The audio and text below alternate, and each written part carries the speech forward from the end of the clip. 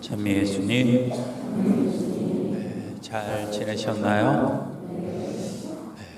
사순 첫 번째 주일 맞이하고 있습니다. 지난 제2의 수요일을 통해서 우리는 머리에 죄를 바르면서 참회의식을 시작을 했고, 이 사순 시기를 어떻게 지낼까 한 번쯤 생각하는 시간이었습니다. 사순 시기를 시작하면은 보통 결심을 하죠. 한 거 있나요? 여러분들은 어떤지 모르겠네요. 저도 아직은 결정을 하지 못했는데 뭔가를 하면서 지내야 될 것 같기도 합니다. 이 40일이라고 하는 시간이 길다면 참 길인데 또 지나고 나면 항상 짧더라고요. 부활 대축일쯤 되면은 왜 이렇게 사순 시기가 빨리 지나갔을까라는 생각을 항상 하게 되는데, 우리가 조금 더 계획 있게 지내면 어떨까? 사순 시기를 시작하면서 전례상으로도 바뀌는 것들이 있습니다. 우선 제2 색깔이 바뀌었죠? 예.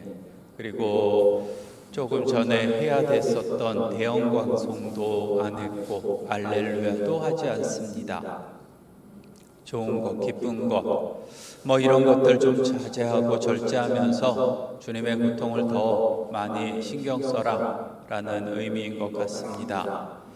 조금은 마음이 무겁지만 그래도 주님의 고통에 우리가 함께 참여하면서 주님께 조금 더 가까워질 수 있는 기회가 되지 않을까 싶습니다. 오늘 복음은 예수님께서 광야에서 40일 동안 단식하시고 난 뒤에 유혹자라고 나오는데, 유혹자에게 유혹을 받으시는 장면입니다. 오늘의 주제는 아마 유혹이 되지 않을까 싶네요. 우선 광야라는 것부터 좀 들여다보면 좋겠어요. 광야. 사막하고는 조금 다른 곳입니다. 좀 돌멩이도 있고 뭔가 좀 나무나 풀이 조금씩은 자라기도 하고 언덕도 있고 그러한 곳이기도 합니다. 그런 곳, 좀 외딴 곳일 것이고, 구약 성경 안에서는 하느님을 만나는 곳이 바로 그곳이기도 했습니다. 하느님으로부터 시험받던 장소이기도 하고요. 오늘 복음에 의하면은 유혹자가 나타난 곳이기도 하고, 또 나중에는 천사가 나타난 곳이기도 합니다. 그래요. 무엇을 얘기하고 싶은가 하면은, 이 광야라고 하는 장소가 내가 지금 살아가고 있는 이 현실 세계, 이 세계에도 광야라는 곳입니다. 하느님을 만날 수 있는 장소이기도 하지만 유혹하는 사람을 만날 수 있는 장소이기도 하죠. 또 내 마음도 그런 것 같아요. 마음속에서도 어떨 땐 기쁘게 주님을 만나기도 하지만 어떨 땐 유혹하는 누군가가 있는 것처럼 꼭 내가 생각하기 싫은 그 어떤 말을 던지고 있는 그 마음속의 이야기들이 있기도 하죠. 그것이 아마 유혹이지 않을까 싶기도 합니다. 그런 광야에서 우리들은 살아갑니다. 뭔가 듣고 결정을 해야 되는, 또 결심을 해야 되는 우리들이죠. 40일이라고 하는 시간 동안 예수님께서는 단식을 하시고 시장하셨다.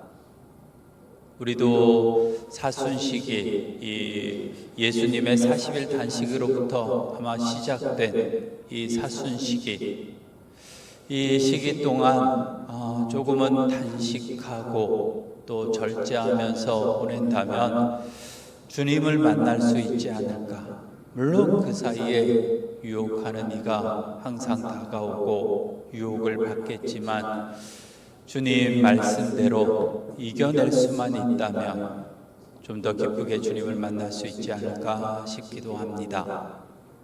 오늘 예수님은 3가지의 유혹을 받으십니다. 아마 세상에 있는 모든 유혹들인 것 같아요. 첫 번째는 돌더러 빵이 되라. 아마 소유욕이나 물질적인 욕, 이런 것들일 것 같아요. 또 높은 데서 뛰어내려가라 라고 이야기를 합니다.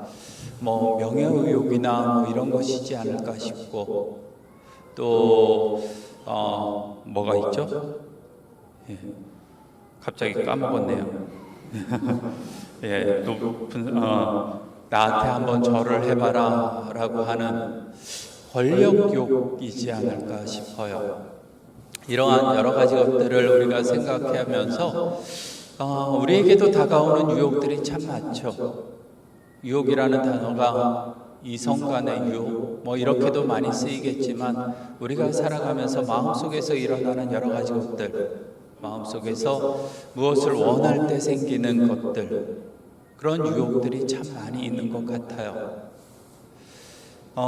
이 세 가지 유혹에 모든 유혹들을 다 담아 놓을 수는 있겠지만, 오늘 덧붙이고 싶은 유혹 한 가지가 있습니다. 프란시스코 교황님께서 이야기하셨던 것이기도 합니다. 세속적인 영적 세속성, 영적 교만함, 이러한 단어가 있더라고요. 영적인 교만함이라고 하는 것이 무엇일까? 한번 생각을 해보시면 좋을 것 같아요. 금방 생각이 드시겠지만, 영적으로 내가 조금 더 열심히 했을 때 저 사람보다 좀 내가 낫지 않을까라는 생각이 드는 순간, 그것이 영적인 교만함이고, 그 순간에 우리들은 아마 주님으로부터 점점 더 멀어지고 있는 상황이 아닐까 싶기도 합니다.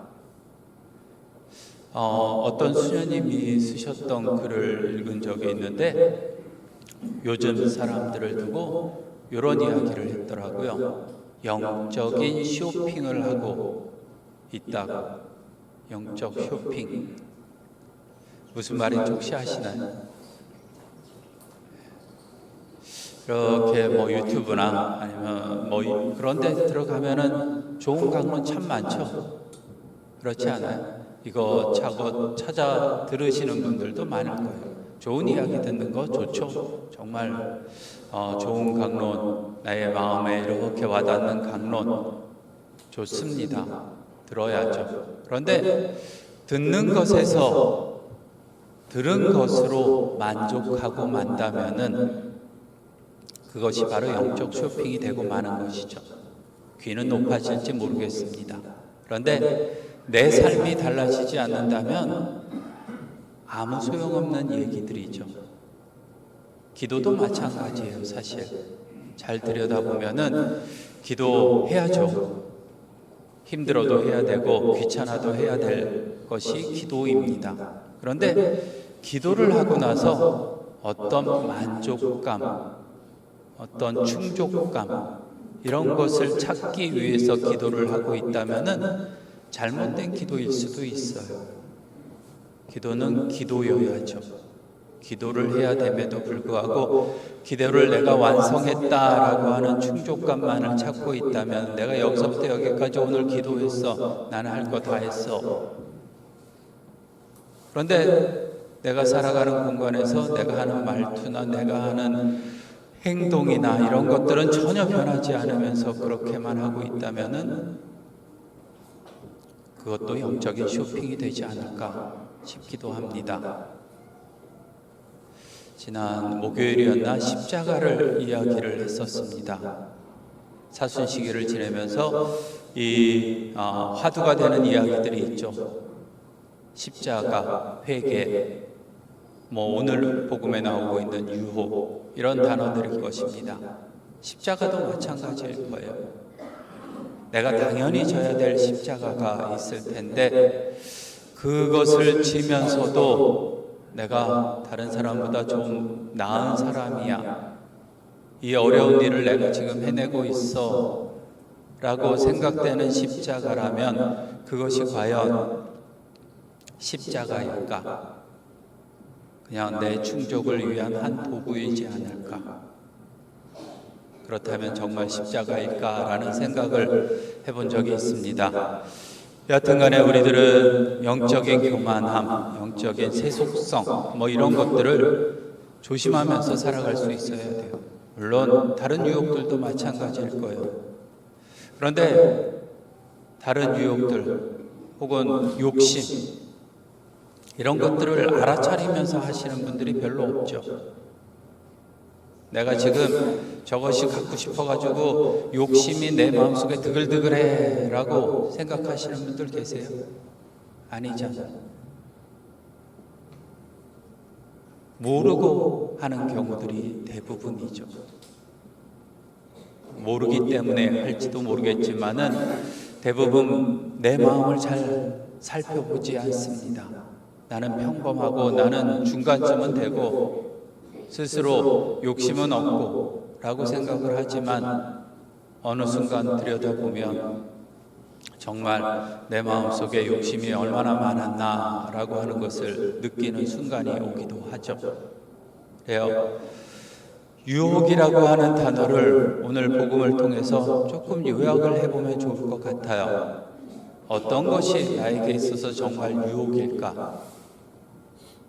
하느님과 나와의 관계를 이렇게 좀 벗어나게 하려고 하는 것들, 그것이 유혹이지 않을까 싶어요. 하느님과 나와의 관계를 방해하는 것들, 멀어지게 하려고 하는 것들, 하느님과 나를 떼어놓으려고 하는 것들, 그런 것들이 욕심이고 그런 것들이 유혹이지 않을까 싶습니다. 신앙생활을 하면서도 많은 사람들이 그런 생각을 하죠. 저 사람 때문에 성당 나오기 싫고, 그것이 유혹이죠. 내가 이렇게 봉사생활을 하고 있는데 알아봐주는 사람이 하나도 없어. 좀 알아줬으면 좋겠는데. 과시욕. 그걸로 인해서 조금 성당과 멀어진다. 그것이 바로 유혹이죠. 내가 받는 유혹들이에요. 누가 준 것이 아니라. 오늘 복음에서는 유혹자라고 하는 이가 와서 이야기하는 듯한, 그래서 명확하게 드러나지만 우리 사이에서 우리가 신앙생활 안에서 살아가면서 느끼는 유혹들은 그렇게 누가 얘기하지 않아요. 내 마음에서 일어나는 것들이기도 합니다. 그것을 알아차릴 수 있어야 될 것 같아요. 내 마음속에서 일어나는 그 유혹들을 한 번쯤은 잘 이겨내볼 수 있었으면 좋겠습니다. 하느님과의 끈을 놓지 않았으면 좋겠어요. 오늘 복음 안에서 예수님은 유혹자가 그렇게 유혹을 해도 끝까지 하느님의 말씀을 놓지 않으십니다. 하느님의 말씀으로 하느님과의 관계를 끊지 않으십니다. 우리의 신앙생활도 그러해야 돼요. 하느님과의 관계, 그것이 나의 신앙생활이죠. 저 사람과의 관계가 아니라, 신부랑 나와의 관계가 아니라 하느님과 나와의 관계가 신앙생활이라고 하는 것을 꼭 기억하시면 좋겠습니다. 그것에 방해되는 것은 유혹입니다. 하느님과의 그 관계 안에서 이어진 그 끈을 놓지 않고 신앙생활 이어가시면 좋겠습니다. 잠시 묵상합시다.